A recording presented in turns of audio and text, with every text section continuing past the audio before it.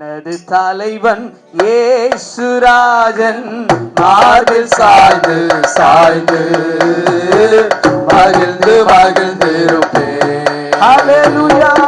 எனது தலைவன் இயேசுராஜன் மார்பில் சாய்ந்து சாய்ந்து மகிழ்ந்து மகிழ்ந்திருப்பேன். இதய தீபம் இதய தீபம் எனது தெய்வம் இரக்கத்தின் சிகரம். இதய தீபம் எனது தெய்வம் இரக்கத்தின் சிகரம். பார்த்து பார்த்து ரசித்து பார்த்து பார்த்து ரசித்து ருசித்து பரவசம் அடைந்து பரவசம் அடைந்து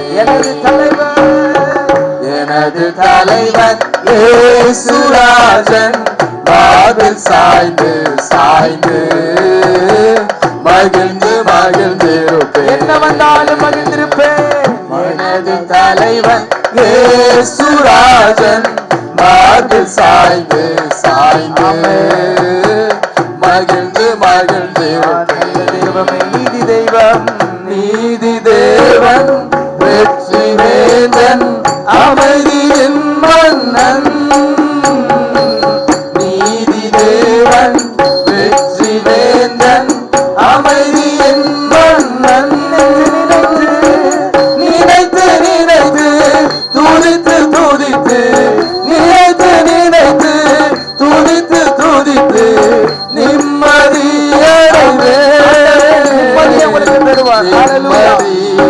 தொடர்ந்து பாடுவோம்.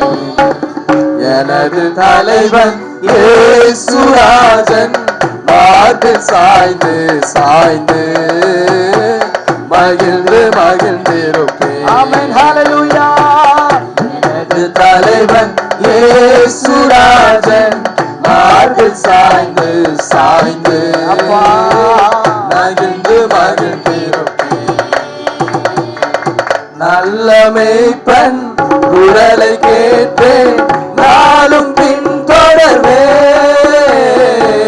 நல்ல மேய்ப்பன் குரலை கேட்டேன் நாளும் பின் தொடர்வேன்.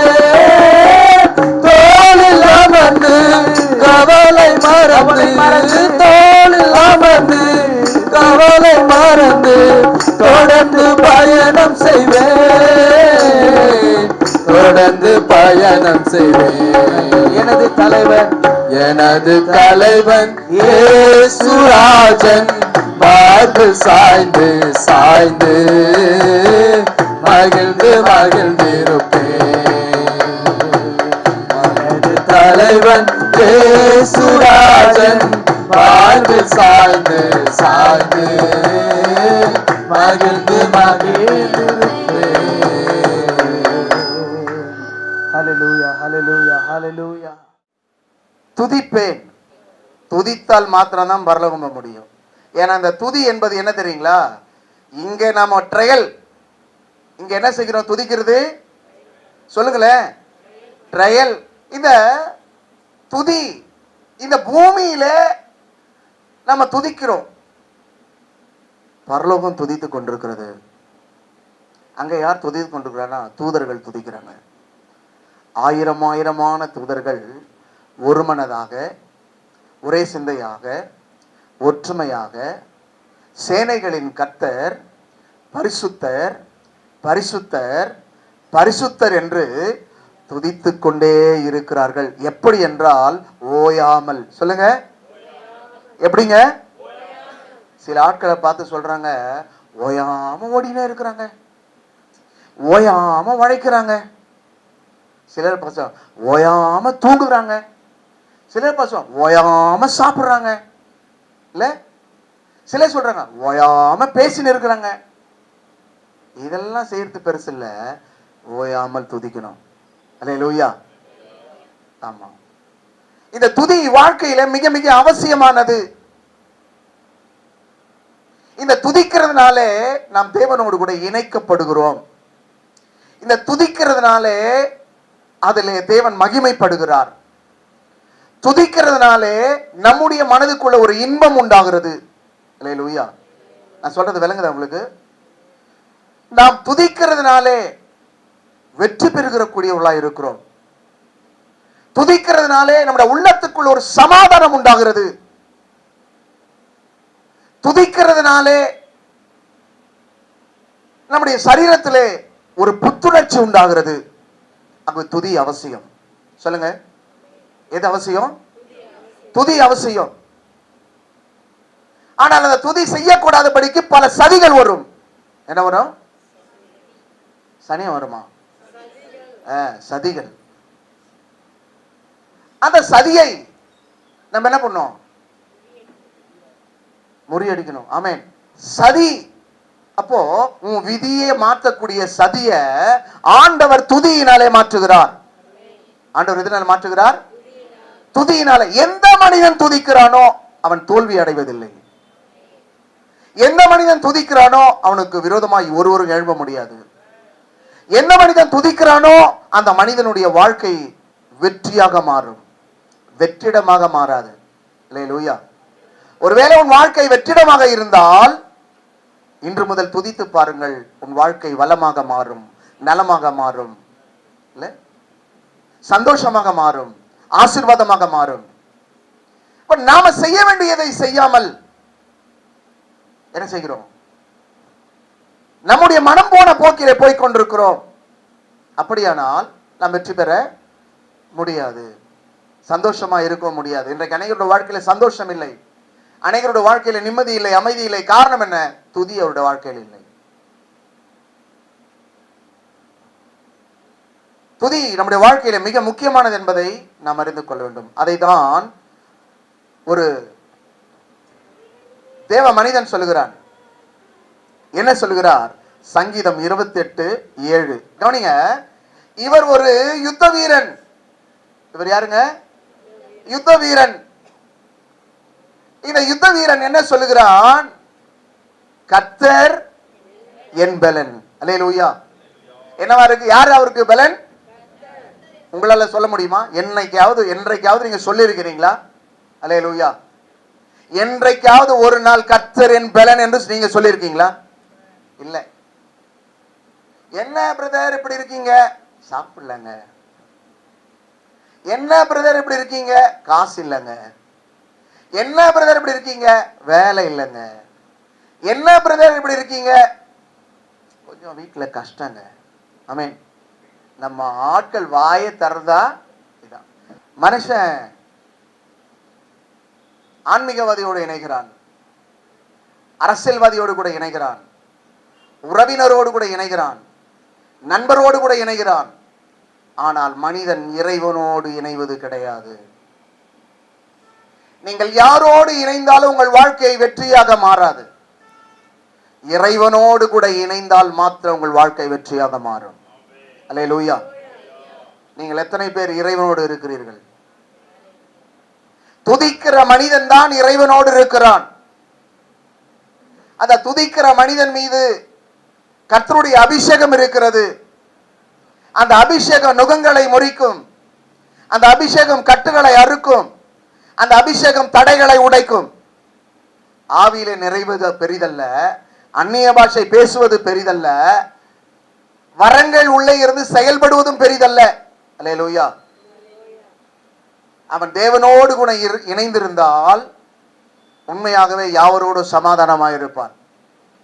தேவனோடு இணைந்திருந்தால் அவனுடைய ஜெப வாழ்க்கை ஆசீர்வாதமாக இருக்கும். இப்ப இணைகிற மனிதன் தான் இறைவேண்டல் செய்ய முடியும். அப்ப மனிதனுடைய வாழ்க்கையில என்ன தேவை என்றால் இறைவேண்டல் அவசியம். இறைவனிடத்திலே வேண்டுதல் செய்ய வேண்டும், இறைவனிடத்திலே மன்றாட வேண்டும். அப்ப துதிக்கிற மனிதன் எப்பொழுதும் இறைவனோடு கூட இணைந்திருப்பான். அவன் துதிப்பான், ஜெபிப்பான். அல்லேலூயா. துதிப்பான், ஜெபிப்பான், சாட்சியாக வாழ்வான். ஆகவே இந்த சங்கீதக்காரன் எழுதுகிறார், கர்த்தர் என் பலனும் கேடகமாய் இருக்கிறார். என் இருதயம் அவரை நம்பி இருந்தது, நான் சகாயம் பெற்றேன். அல்லேலூயா. என்ன பெற்றேன்? ஏன் கடவுளை நான் துதிக்கணும்? என்ன பெற்றேன்? சொல்லுங்களேன். சகாயம் பெற்றேன். அப்போ கடவுளை துதிக்கிற ஒரு மனிதனுக்கு என்ன கிடைக்கிறது? சொல்லுங்களேன். உங்களுக்கு சகாயம் வேணுமா? கடவுளுடைய உதவி வேணுமா? கடவுளுடைய ஒத்தாசை வேணுமா? ஆகவே உனக்கு உதவி வேண்டுமானால், ஒத்தாசை வேண்டுமானால் நீங்கள் என்ன செய்ய வேண்டும்? துதிக்க வேண்டும். அந்த துதிக்கிற மனிதனுக்கு கடவுள் என்ன செய்கிறார் என்றால் சகாயம் செய்கிறார். மனிதன் சகாயம் செய்வான், யாருக்கு செய்ய வேண்டுமோ அவர்களுக்கு தான் செய்வான். யாருக்கு செய்ய வேண்டுமோ அவர்களுக்கு தான் செய்வான். திருப்பி செய்யக்கூடியவர்களுக்கு செய்வான். ஆமென். ஆனா கடவுள் யார்கிட்டையும் திருப்பி கேட்கறதே இல்லை. ஆமென் சொல்லுங்க. இல்ல, அவர் சகாயம் செய்கிறார். ஆகவே தான் சங்கீதக்காரன் எழுதுகிறார், வானத்தையும் பூமியும் படைத்த கர்த்தரிடத்திலிருந்து எனக்கு சகாயம் வரும். அந்த ஒத்தாசைக்கு பேர் தான் சகாயம். அலே அல்லேலூயா. சகாயம். ஆகவே தான் ஆங்கிலத்தில் சொல்றார், my help coming from the heaven. என் உதவி எங்கிருந்து வரும்? பரத்திலிருந்து, பரலோகத்திலிருந்து, வானத்திலிருந்து. அப்ப நம்முடைய பார்வை எல்லாம் எங்க இருக்கிறது? நான் மனிதனை பார்த்து கொண்டிருக்கிறது. ஆகவே இந்த மனிதர்கள் என்ன சொல்லுவாங்க தெரியுங்களா? ஐ எம் சாரி அப்படின்றாங்க. என்ன சொல்றாங்க? கூட சொல்லும் போது இன்னொன்னு சொல்லுவாங்க, ஐ எம் சோ சாரி அப்படின்வாங்க. என்ன சொல்லுவாங்க? சொல்லுங்களேன். ஆமா, உங்களுக்கு ஏதாவது உதவி வேணுமா வாங்க அப்படின்வாங்க. கிட்ட போன உடனே என்ன சொல்லுவாங்க? ஐ எம் சோ சாரி அப்படின்வாங்க. அல்லேலூயா. இல்ல, நமக்கு எப்போதும் உதவி செய்கிற ஒரே ஒரு கண்மலையான தேவன் இருக்கிறார். ஒரே ஒரு ரட்சகர் இருக்கிறார். ஒரே ஒரு ஆண்டவர் இருக்கிறார். அவர் எப்போதும் செய்வார். இப்போது மாத்திரமல்ல, எப்போதும் செய்வார்.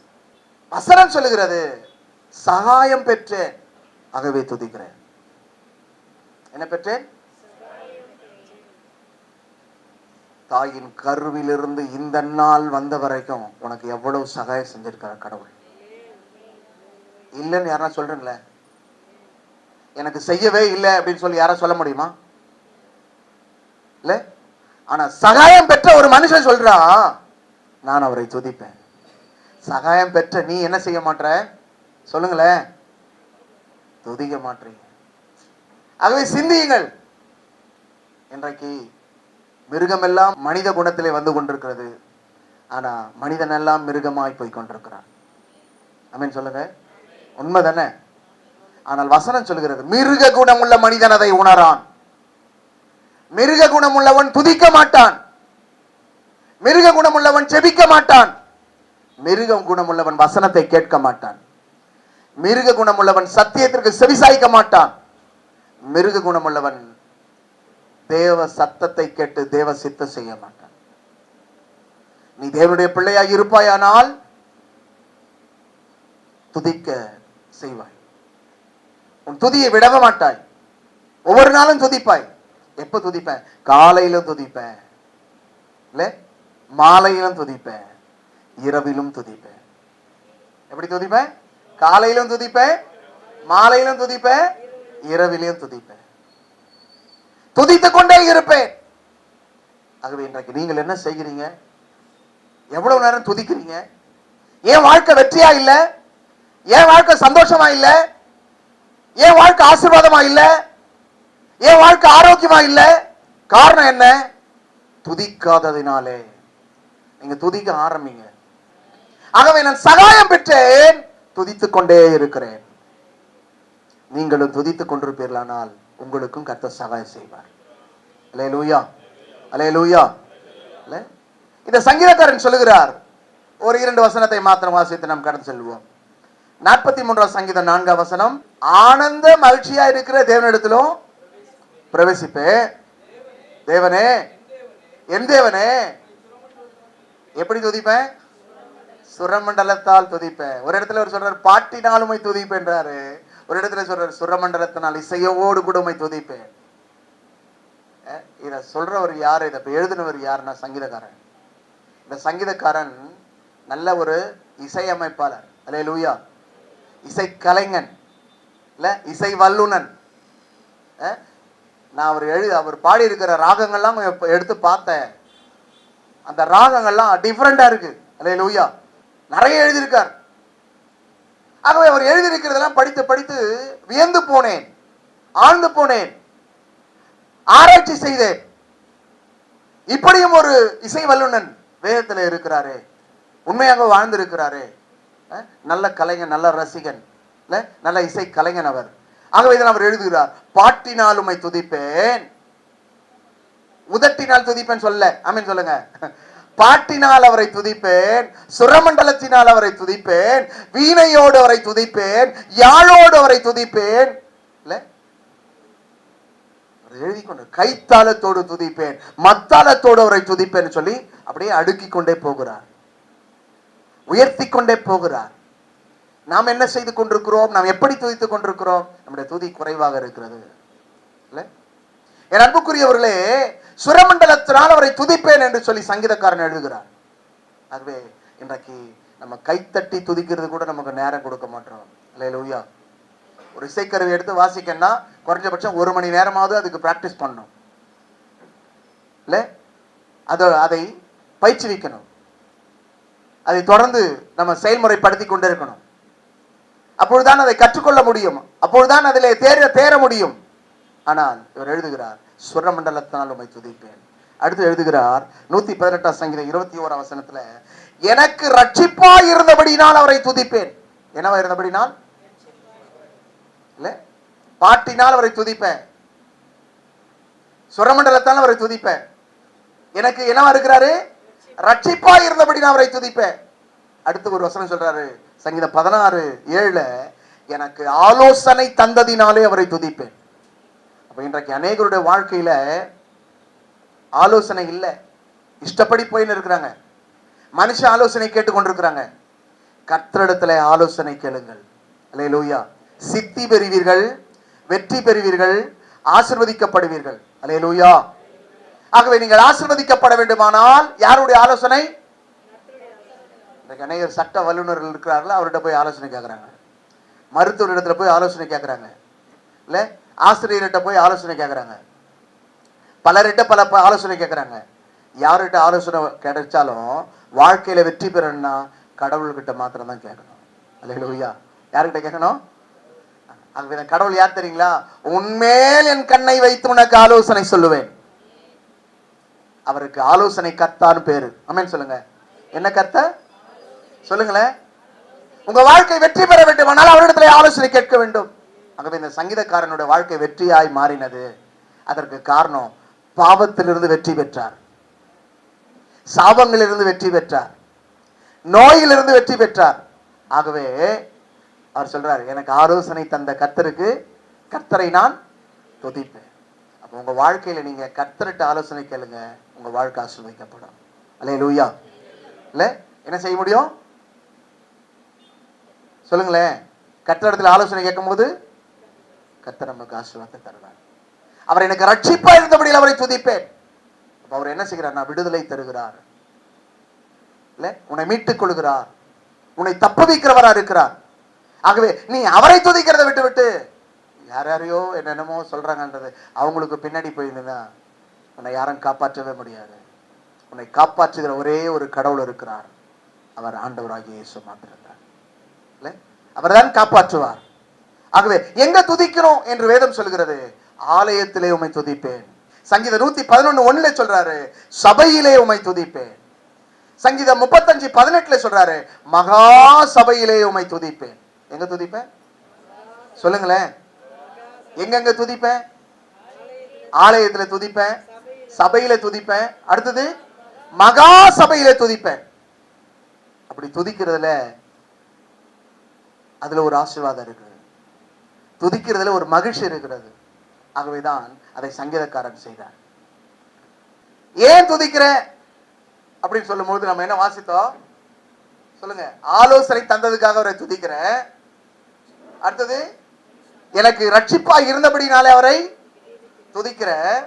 அவர் எனக்கு சகாயம் செய்தபடினாலே அவரை துதிக்க. எப்படி நான் துதிப்பேன்? பாட்டினால் துதிப்பேன், சுரமண்டலத்தால் துதிப்பேன், வீணையோடும் யாழோடும் தீங்குழலோடும் அவரை துதிப்பேன், மத்தாளத்தோடு அவரை துதிப்பேன். பூரிகைகளோடு அவரை துதிப்பேன் என்று அவர் சொல்லுகிறார். எனக்கு நம்ம எப்படி துதித்துக் கொண்டிருக்கிறோம்? நம்முடைய ஏன் வாழ்க்கை எப்படி இருக்கிறது? நம்முடைய வாழ்க்கையில வெற்றி இல்லாம இல்ல, நம்முடைய வாழ்க்கை வெற்றி அடையாம இருக்கிறதுக்கு காரணம் என்ன? துதிக்காததுனால. இல்ல, நம்முடைய வாழ்க்கை சாபமா இருக்கிறதுக்கு காரணம் என்ன சொல்லுங்க? துதிக்காதபடினாலே. நம்முடைய வாழ்க்கை மகிழ்ச்சியா இல்லாததுக்கு காரணம் துதி இல்லாததுனாலே. நீங்கள் துதிக்க ஆரம்பியுங்கள், உங்கள் வாழ்க்கை மாறும். உங்களோட வாழ்க்கை மாறும், உங்களோட வாழ்க்கை ஆசீர்வதிக்கப்படும், உங்கள் வாழ்க்கை வெற்றியாக மாறும். கொஞ்சம் அப்படி எழுந்து நிற்போமா? எனக்கு உதவி செய்த எபினேசரே, உம்மை நான் ஸ்தோத்தரிப்பேன். எனக்கு உதவி செய்த எபினேசரே, உம்மை நான் ஸ்தோத்தரிப்பேன். இதுவரை உதவி செய்தீரே, உம்மை நான் ஸ்தோத்தரிப்பேன். இம்மட்டும் உதவி செய்தீரே, உம்மை நான் ஸ்தோத்தரிப்பேன். உம்மை நான் ஸ்தோத்தரிப்பேன். உம்மை நான் ஸ்தோத்தரிப்பேன். எனக்கு உதவி செய்த எபினேசரே, உம்மை நான் ஸ்தோத்தரிப்பேன். எனக்கு உதவி செய்த எபினேசரே, உம்மை நான் ஸ்தோத்தரிப்பேன். இம்மட்டும் உதவி செய்தீரே, உம்மை நான் ஸ்தோத்தரிப்பேன். இம்மட்டும் உதவி செய்தீரே, உம்மை நான் ஸ்தோத்தரிப்பேன். இதுவரை உதவி செய்தீரே, உம்மை நான் ஸ்தோத்தரிப்பேன். இதுவரை உதவி செய்தீரே, உம்மை நான் ஸ்தோத்தரிப்பேன். எனக்கு உதவி செய்த எபினேசரே, உம்மை நான் ஸ்தோத்தரிப்பேன். எனக்கு உதவி செய்த எபினேசரே, உம்மை நான் ஸ்தோத்தரிப்பேன். ஆண்டவரை நோக்கி பார்ப்போமா? இந்த ஏப்ரல் மாதத்துல உதவி செய்திருக்கிறார், உனக்கு உதவி செய்திருக்கிறார். வியாதியில உதவி செஞ்சார், உன் கடனில உதவி செஞ்சிருக்கிறாரு, உன் கஷ்டத்துல உதவி செஞ்சிருக்கிறாரு, உன்னோட நெருக்கத்துல உதவி செய்திருக்கிறாரு, உன்னுடைய ஆபத்துல உனக்கு உதவி செய்திருக்கிறாரு, உன் மரண படுக்கையில உனக்கு உதவி செய்திருக்கிறார். அவரை மாத்திரம் நினைங்க, அவரை மாத்திரம் ஸ்தோத்திரம் பண்ணுங்க. ஏசப்பா, இந்த உயிர் தெரிந்த நாள்ல இந்த மாலை நேரத்துல வந்திருக்கிறப்பா, எனக்கு நீங்க உதவி செய்வீங்க, என்னை காப்பாற்றினீங்க, எனக்கு சுகம் தந்தீங்க. ஆனா நான் மறந்து உண்மை துதிக்கிறதே இல்லப்பா, நான் உண்மை தேடுறதே இல்லப்பா. வேலை இல்லாத இருந்து எனக்கு வேலை தந்தீங்கப்பா, சம்பாதிக்கிறதுக்கு பலனை தந்தீங்கப்பா, என் உடல்ல நல்ல ஆரோக்கியம் தந்தீங்கப்பா, எத்தனையோ பிரச்சனையில என்னை காப்பாற்றினீங்கப்பா. ஆனாலும் மறந்து உன்னை தேடாம நான் போனேன், என்னை தயவு செய்து மன்னிச்சிருங்கப்பா. எத்தனை பேர் கேட்க போறோம்? எத்தனை பேர் கேட்க போறோம்? எத்தனை பேர் ஆண்டவர்கிட்ட சொல்ல போறோம்? உண்மை நான் துதிப்பேன், இம்மட்டும் உதவி செய்தே உண்மை துதிப்பேன், இதுவரை உதவி செஞ்சீரே உண்மை துதிப்பேன், இனிமேலும் எனக்கு உதவி செய்ய போறீங்க, உண்மை நான் துதிப்பேன். ஆண்டவரே, துதிக்கிறதுனால எவ்வளவு ஆசீர்வாதம் இருக்கு. இது வரைக்கும் தெரியாம இருந்துட்டேன் ஆண்டவரே, இன்னைக்கு தெரிந்து கொண்டேன். இன்று முதல் உம்மை துதிக்க ஆரம்பிக்கிறேன் ஆண்டவரே, இன்று முதல் உம்மை துதிக்கிற ஆண்டவரே. என் வாழ்க்கையில் இருக்கிற பிரச்சனைக்கு ஒரு முடிவு உண்டாக்கி தாரும். என் கணவரை தொட்டு சுகமாக்குங்க ஆண்டவரே, என் கடனெல்லாம் மாற்றி போடுங்க ஆண்டவரே, என் குடும்பத்தை ஆசீர்வதிங்க ஆண்டவரே, என் பிரச்சனையெல்லாம் மாற்றி போடுங்க ஆண்டவரே. இன்றிலிருந்து நீங்க கேட்டு பாருங்க, நீங்க நிச்சயம் சாட்சியா மாறுவீங்க. கர்த்தர் நிச்சயம் உங்களுக்கு வாழ்க்கையில ஒரு சாட்சியை உண்டாக்குவார். நம்ம எல்லாம் அப்படியே கண்களை மூடி நம்ம எல்லாம் ஜெபம் செய்ய போறோம். ஆண்டவருடைய சமூகத்திலே நம்ம ஜெபிக்க போறோம். Praise the Lord. Hallelujah, hallelujah. thank you Jesus. எல்லாம் கர்த்தரை ஸ்தோத்திரம் பண்ணுவோம். அவருடைய கரங்களை உயர்த்தி ஆண்டவரே நம்முடைய சமூகத்திலே என்னை ஒப்பு கொடுக்கிறேன்னு சொல்லுங்க. இதுவரைக்கும் செய்யாம இருந்துட்டேன், ஆனா இன்று முதல் நான் செய்யறேன் ஆண்டவரே. ஆண்டவரே இன்று முதல் நான் செய்யறேன் ஆண்டவரே. ஆண்டவரே இன்று முதல் என்னை ஒப்பு கொடுக்குறேன் ஆண்டவரே. கேட்போமா? கேட்போமா? எத்தனை பேர் கேட்க போறீங்க? உங்க வாய் திறந்து எத்தனை பேர் ஆண்டவர்கிட்ட கேட்க போறீங்க? ஹalleluya, thank you Jesus. வானத்துக்கும் பூமிக்கும் தேவனாகிய கர்த்தாவே, இந்த நல்ல நாளுக்காக நன்றி செலுத்துகிறோம். இந்த அருமையான நாளிலே, இந்த துதி ஆராதனையிலே ஆண்டவரே சங்கீதக்காரன் சொன்னது போல பாட்டினால் உம்மை துதிப்பேன், சுரமண்டலத்தால் உம்மை துதிப்பேன், யாழோடும் குடலோடும் வீணையோடும் உம்மை துதிப்பேன் சொன்னது போல ஒவ்வொருவரும் துதிக்கிறவளாய் மாற்றும். ஏன் துதிப்பேன்?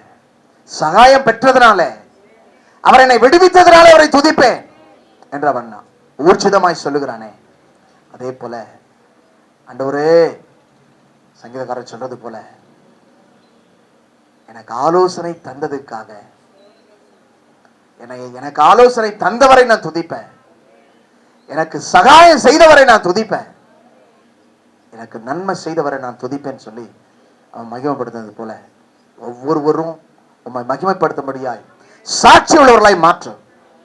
இன்று முதலோட வாழ்க்கையில துதிக்க கூடாதபடிக்கு, ஜெபிக்க கூடாதபடிக்கு, தேவனோடு சம்பாஷிக்க கூடாதபடிக்கு தடையாய் இருந்த எல்லா தடைகளை இயேசுவின் நாமத்திலே உடைக்கிறேன்.